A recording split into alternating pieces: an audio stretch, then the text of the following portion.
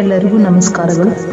ನಾನು ಭಾರತಿ ನಲವಡೆ ಹಳೆಯಾಳ ಗಣಕರಂಗ ರಿಜಿಸ್ಟರ್ಡ್ ಧಾರವಾಡ ಇವರು ಏರ್ಪಡಿಸಿದ ಪ್ರಕರಣಗಳು ಕಿರುಗತೆಯ ಸ್ಪರ್ಧೆಗೆ ನನ್ನ ಕಿರುಗತೆ ತಿರುವು. ಜೀವನವೆಂಬುದು ನಿಜವಾಗಿಯೂ ಸಂಘರ್ಷ ಎಂಬ ಅನುಭವವಾದಾಗ ವೀಣಾಳಿಗೆ 30ರ ಹರೆಯ. ಅಂದು ದೀಪಾವಳಿ ರಜೆ ಇದ್ದುದರಿಂದ ದೇವರ ಪೂಜೆ ಮಾಡಿ ತನ್ನ ಅಕ್ಕನ ಮಕ್ಕಳೊಂದಿಗೆ ಸೇರಿ ರಂಗೋಲಿ ಹಾಕಿದಳು. ಅಷ್ಟೊತ್ತಿಗಾಗಲೇ ಅವಳ ತಾಯಿ ಮಕ್ಕಳಿಗೆ ಸ್ನಾನ ಮಾಡಿಸಿ, ನೀನು ದೇವರ ಪೂಜೆ ಮಾಡು, ಅಡುಗೆಯನ್ನು ನಾನು ನೋಡಿಕೊಳ್ತೇನೆ ಎಂದು ಹೇಳಿ ತನ್ನ ಗಂಡನಿಗೆ ತೋರಣಕ್ಕಾಗಿ ಮಾವಿನ ಎಲೆಗಳನ್ನು ತರಲು ಹೇಳಿ ಅಡುಗೆ ಮನೆಗೆ ಹೋದಳು.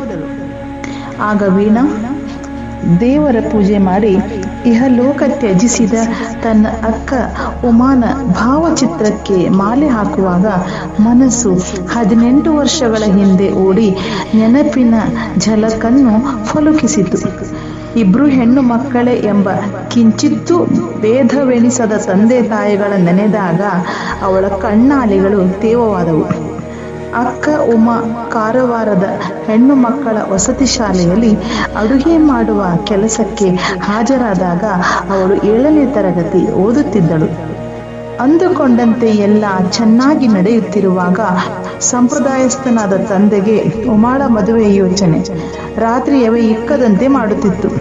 ಗದ್ದೆ ಕೆಲಸ ಮಾಡುತ್ತಾ ಅದರಲ್ಲೇ ತನ್ನ ಮಕ್ಕಳಿಬ್ಬರನ್ನು ಓದಿಸಿ ಅವರ ಭವಿಷ್ಯಕ್ಕೆ ತನ್ನ ಜೀವನವನ್ನೇ ಸವೆಸಿದ ಅಪ್ಪ ಅಂದರೆ ಇಬ್ಬರಿಗೂ ಎಲ್ಲಿಲ್ಲದ ಅಕ್ಕರೆ.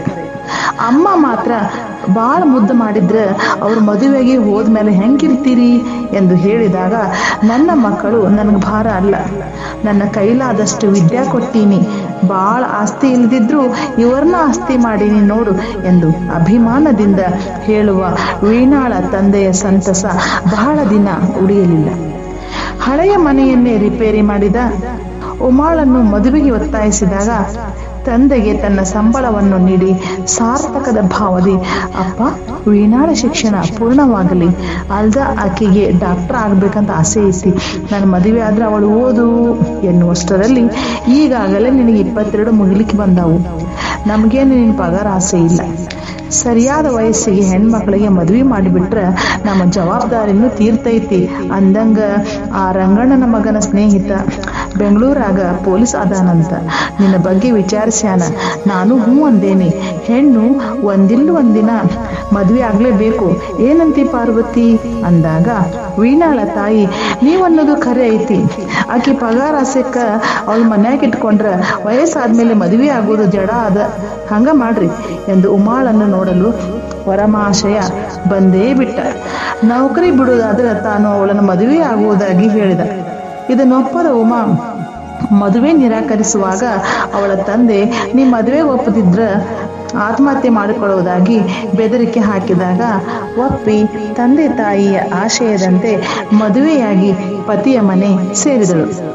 ತಂದೆ ತಾಯಿ ಇಲ್ಲದ ತಬ್ಬಲಿ ತನ್ನ ಮಗಳನ್ನು ಚೆನ್ನಾಗಿ ನೋಡಿಕೊಳ್ಳನೆಂಬ ಸಂತಸದಲ್ಲಿ ತೇಲಿದ್ದ ವೀಣಾಳ ತಂದೆ ಮೊದಲ ಹೆರಿಗೆಗೆ ತವರಿಗೂ ಕಳಿಸಲು ಒಲ್ಲದ ಪತಿ ಅವಳನ್ನು ಕಣ್ಣುರೆಪ್ಪೆಯಂತೆ ನೋಡಿಕೊಳ್ಳುತ್ತಿದ್ದ. ತಂದೆ ಬಂದು ಅಳಿಯನನ್ನು ಉಮಾಳನ್ನು ಹೆರಿಗೆಗೆ ತವರು ಮನೆಗೆ ಕಳಿಸಬೇಕು, ಮೊದಲ ಬಾಣಂತನ ತವರು ಮನೆಯವರೇ ಮಾಡಬೇಕೆಂದು ಗೋಗರೆದಾಗ ಕಳುಹಿಸಲು ಒಪ್ಪಿದ. ಮಾವನ ಕೈಲಿ ಖರ್ಚಿಗೆಂದು ಹಣ ಕೊಡಲು ಹೋದಾಗ ಸ್ವಾಭಿಮಾನಿಯಾದ ವೀಣಾಳ ತಂದೆ ಮುಟ್ಟಲಿಲ್ಲ, ಅದನ್ನೇ ಉಮಾಳ ಕೈಗೆ ನೀಡಿದ. ಒಂದು ಶುಭ ಮುಹೂರ್ತದಲ್ಲಿ ಉಮಾ ಗಂಡು ಮಗುವಿಗೆ ಜನ್ಮ ನೀಡಿದಳು. ಮಗುವಿಗೆ ಬೇಕಾದ ಆಟಿಕೆಯಿಂದ ದಿನಸಿಯವರೆಗೆ ಬೆಂಗಳೂರಿನಿಂದ ಉಮಾಳಿಗೆ ಹಣ ಕಳಿಸಿ 3 ತಿಂಗಳಿಗೇನೆ ಅವಳನ್ನು ಮಗುವನ್ನು ತೊಟ್ಟಿಲು ಶಾಸ್ತ್ರವನ್ನು ಸರಳವಾಗಿ ಮಾಡಿ ಕರೆದೊಯ್ದ. ಹೀಗೆ ದಿನಗಳು ಉರುಳಿದಂತೆ 2ನೇ ಮಗುವಿಗೆ ಉಮಾ ತಾಯಿಯಾದಳು. ಇಂತಹ ಸುಖ ಸಂಸಾರದಲ್ಲಿ ಬಿರುಗಾಳಿ ಬೀಸಿತು. ಅಡುಗೆಯಲ್ಲಿ ಕೂಡ ಹಾಕದ ಸಭ್ಯಸ್ಥ ಉಮಾಳ ಪತಿ ಅವ ಕೆಲಸ ಮಾಡುವ ಸ್ಟೇಷನ್ನಲ್ಲೇ ಹೊಸದಾಗಿ ಬಂದ ಮಲ್ಲೇಶ್ ಎಂಬ ಸ್ನೇಹಿತನ ಸ್ನೇಹದಿಂದ ಅಡ್ಡದಾರಿ ಹಿಡಿಯಲಾರಂಭಿಸಿದ. ಮಲ್ಲೇಶ್ ತಾನು ಬಾಡಿಗೆ ಇದ್ದ ಮನೆಗೆ ಕರೆದೊಯ್ದು ಕುಡಿಯಲು ಒತ್ತಾಯ ಹೇರತೊಡಗಿದಾಗ ಸಂಬಳದ ದಿನ ಬಾರ್ ಕ್ಲಬ್ಗಳಲ್ಲೇ ಕಾಲ ಕಳೆಯತೊಡಗಿದ. ಸಂಗತಿ ಮಾಡಿ ಸನ್ಯಾಸಿ ಕೆಟ್ಟ ಎಂಬಂತೆ ಸಂಪೂರ್ಣ ಸಾಲಗಾರನಾಗಿ ರಾತ್ರಿ ಉಮಾಳೊಂದಿಗೆ ಜಗಳ ಕಾಯತೊಡಗಿದ. ಹಣ ತರುವಂತೆ ಪೀಡಿಸಿ ತವರು ಮನೆಗೆ ಅಟ್ಟಿಬಿಟ್ಟ. ಅವಳ ದುಃಖ ಕಂಡು 2 ಮಕ್ಕಳನ್ನು ಸಾಕುವ ಜವಾಬ್ದಾರಿಯನ್ನು ತಂದೆ ತೆಗೆದುಕೊಂಡ. ಆಗ ಡಾಕ್ಟರ್ ಆಗುವ ಕನಸು ಕಂಡಿದ್ದ ವೀಣಾ ಉತ್ತಮ ಅಂಕಗಳನ್ನು ಪಡೆದದ್ದರಿಂದ ಸರ್ಕಾರಿ ವೈದ್ಯಕೀಯ ಕಾಲೇಜಿನಲ್ಲಿ BSc ನರ್ಸಿಂಗ್ ಕೊನೆಯ ವರ್ಷದಲ್ಲಿ ಕಲಿಯುತ್ತಿದ್ದಳು. 2 ವರ್ಷಗಳು ಕಳೆದರೂ ಗಂಡನಿಂದ ಕಾಗದವಿಲ್ಲ. ಇದನ್ನೇ ಮನಸ್ಸಿಗೆ ಹಚ್ಚಿಕೊಂಡು ತಾನು ತವರಿಗೆ ಭಾರವಾಗುತ್ತಿರುವ ನೆನೆದು ಬೇಸರ ಪಟ್ಟುಕೊಂಡಳು. ತಾನು ಮದುವೆಯ ಮೇಲೆ ಕೆಲಸ ಬಿಡಬಾರದಿತ್ತು ಎಂದು ಹಲವುತ್ತಿದ್ದಳು. ಸರಿಯಾಗಿ ಊಟ ಮಾಡದೆ ಮಧುಮೇಹ, ರಕ್ತದೊತ್ತಡದಂತಹ ಕಾಯಿಲೆಗೆ ಬಲಿಯಾದಳು. ದಿನದಿಂದ ದಿನಕ್ಕೆ ಕೃಶವಾಗತೊಡಗಿದಳು. ಅವಳ ಸ್ಥಿತಿಯನ್ನು ನೋಡಿ ತಂದೆ ತಾಯಿಗಳಿಗೆ ಕರಳು ಚುರ್ ಎಂದಿತು. ಅದೊಂದು ದಿನ ವೀಣಾ ಸಂತೋಷದಿಂದ ಮಕ್ಕಳಿಗೆ ತಿಂಡಿ ಪೊಟ್ಟಣ ತಂದು ತಂದೆ ತಾಯಿಗಳಿಗೆ ನಮಸ್ಕಾರ ಮಾಡಿ ತಾನು ಅರ್ಜಿ ಸಲ್ಲಿಸಿ ಪರೀಕ್ಷೆ ಬರೆದಿದ್ದರಿಂದ ತನಗೆ ಕೇಂದ್ರೀಯ ವಿದ್ಯಾಲಯದಲ್ಲಿ ನರ್ಸ್ ಆಗಿ ಕೆಲಸ ಸಿಕ್ಕಿದೆ, ಇನ್ನು 2 ದಿನಗಳಲ್ಲಿ ಡ್ಯೂಟಿ ರಿಪೋರ್ಟ್ ಮಾಡಿಕೊಳ್ಳುವ ಸುದ್ದಿಯನ್ನು ತಿಳಿಸಿದಾಗ ಉಮಾ ಹಾಸಿಗೆಯಿಂದೆದ್ದು ತಂಗಿಯನ್ನು ಅಪ್ಪಿ ಸಂತಸದಿಂದ ಮುತ್ತಿಡುವ ಭರದಲ್ಲಿ ಏಳಲು ಪ್ರಯತ್ನಿಸಿದಾಗ ನಿಶಕ್ತಿಯಿಂದ ಏಳಲಾಗದೆ ಮೂಳೆಯ ಹಂದರವಾಗಿದ್ದ ದೇಹವನ್ನು ವೀಣಾಳ ಎತ್ತಿ ಸಂತಸದ ಬದಲು ಅಕ್ಕನ ಸ್ಥಿತಿಯನ್ನು ನೋಡಿ ಕಣ್ಣೀರಿಟ್ಟಳು. ವೀಣಾಳಿಗೆ ಕೆಲಸ ಸಿಕ್ಕಿದ್ದು ಸಂತಸವಾದರೂ ಆ ಸಂತಸದ ಮುಂದೆ ಉಮಾಳ ದುಃಖ ಸಿಂಹಪಾಲಿನಂತೆ ಮನವು ಚುಚ್ಚುತ್ತಿತ್ತು. ಈ ದೃಶ್ಯ ನೋಡಿ ವೀಣಾನ ತಂದೆ ತಾಯಿಗೆ ಸಂತಸವಾದರೂ ಅವಳನ್ನು ತಾನು ಕೆಲಸ ಬಿಡಿಸದಿದ್ದರೆ ಚೆನ್ನಾಗಿರುತ್ತಿದ್ದಳು ಎಂದು ತನ್ನ ಮೇಲೆಯೇ ಜುಗುಪ್ಸೆ ಎನಿಸಿತು. ಈ ಸಂಬಂಧ ಕುದುರಿಸಿದ ರಂಗಣ್ಣನ ಬಳಿ ತನ್ನ ಅಳಿಯನ ಬಗ್ಗೆ ವಿಚಾರಿಸಿದಾಗ ಅವನು ಹೇಳಿದ ಸುದ್ದಿ ಸಿಡಿಲು ಬಡಿದಂತಾಯಿತು. ವಿಷಯ ಇಷ್ಟೇ, ಇವನನ್ನು ಕುಡಿತದ ಚಟಕ್ಕೆ ದಾಸನನ್ನಾಗಿ ಮಾಡಿದ ಆತನ ಸ್ನೇಹಿತ ವೇಶ್ಯೆಯ ಸಂಘವನ್ನು ಮಾಡಿಸಿ ಗುಣಪಡಿಸಲಾಗದ ಏಡ್ಸ್ಗೆ ಅವನನ್ನು ಬಲಿ ಕೊಟ್ಟಿದ್ದ. ಇದನ್ನು ವೀಣಾಳ ತಂದೆ ಯಾರ ಮುಂದೆಯೂ ಹೇಳಲೇ ಇಲ್ಲ. ಇದರಿಂದ ವೀಣಾಳ ಮನೆಯ ಆರ್ಥಿಕ ಪರಿಸ್ಥಿತಿ ಸುಧಾರಿಸಿತಾದರೂ ಖಿನ್ನತೆಗೊಳಗಾದ ಉಮಾಳ ಸ್ಥಿತಿ ಬಿಗಡಾಯಿಸಿತು. ಇದ್ದಕ್ಕಿದ್ದಂತೆ ಒಂದು ದಿನ ತನ್ನಿಬ್ಬರು ಮಕ್ಕಳನ್ನು ಮಾತನಾಡಲು ಶಕ್ತಿ ಇಲ್ಲದೆ ಸನ್ನೆ ಮಾಡಿ ಕರೆಯುತ್ತಿದ್ದಳು. ಪಾಪ ಮಕ್ಕಳು ತಕ್ಷಣ ಬರದೆ ಅಜ್ಜನ ಬಳಿ ಹೇಳಿದವು. ಪರಿಸ್ಥಿತಿಯ ಮನಗಂಡ ವೀಣಾಳ ತಂದೆ ಎಷ್ಟು ಬಾರಿ ವೈದ್ಯರಲ್ಲಿಗೆ ಕರೆದೊಯ್ದರೂ ಇದು ಮಾನಸಿಕ ಕಾಯಿಲೆ, ತಮ್ಮಿಂದ ಚಿಕಿತ್ಸೆ ಕೊಟ್ಟರೂ ರೋಗಿ ಅದಕ್ಕೆ ಸ್ಪಂದಿಸಿದರೆ ಮಾತ್ರ ಗುಣ ಎಂದು ಹೇಳಿ ಮಾತ್ರೆಗಳನ್ನು ಕೊಟ್ಟು ಕಳಿಸುತ್ತಿದ್ದರು.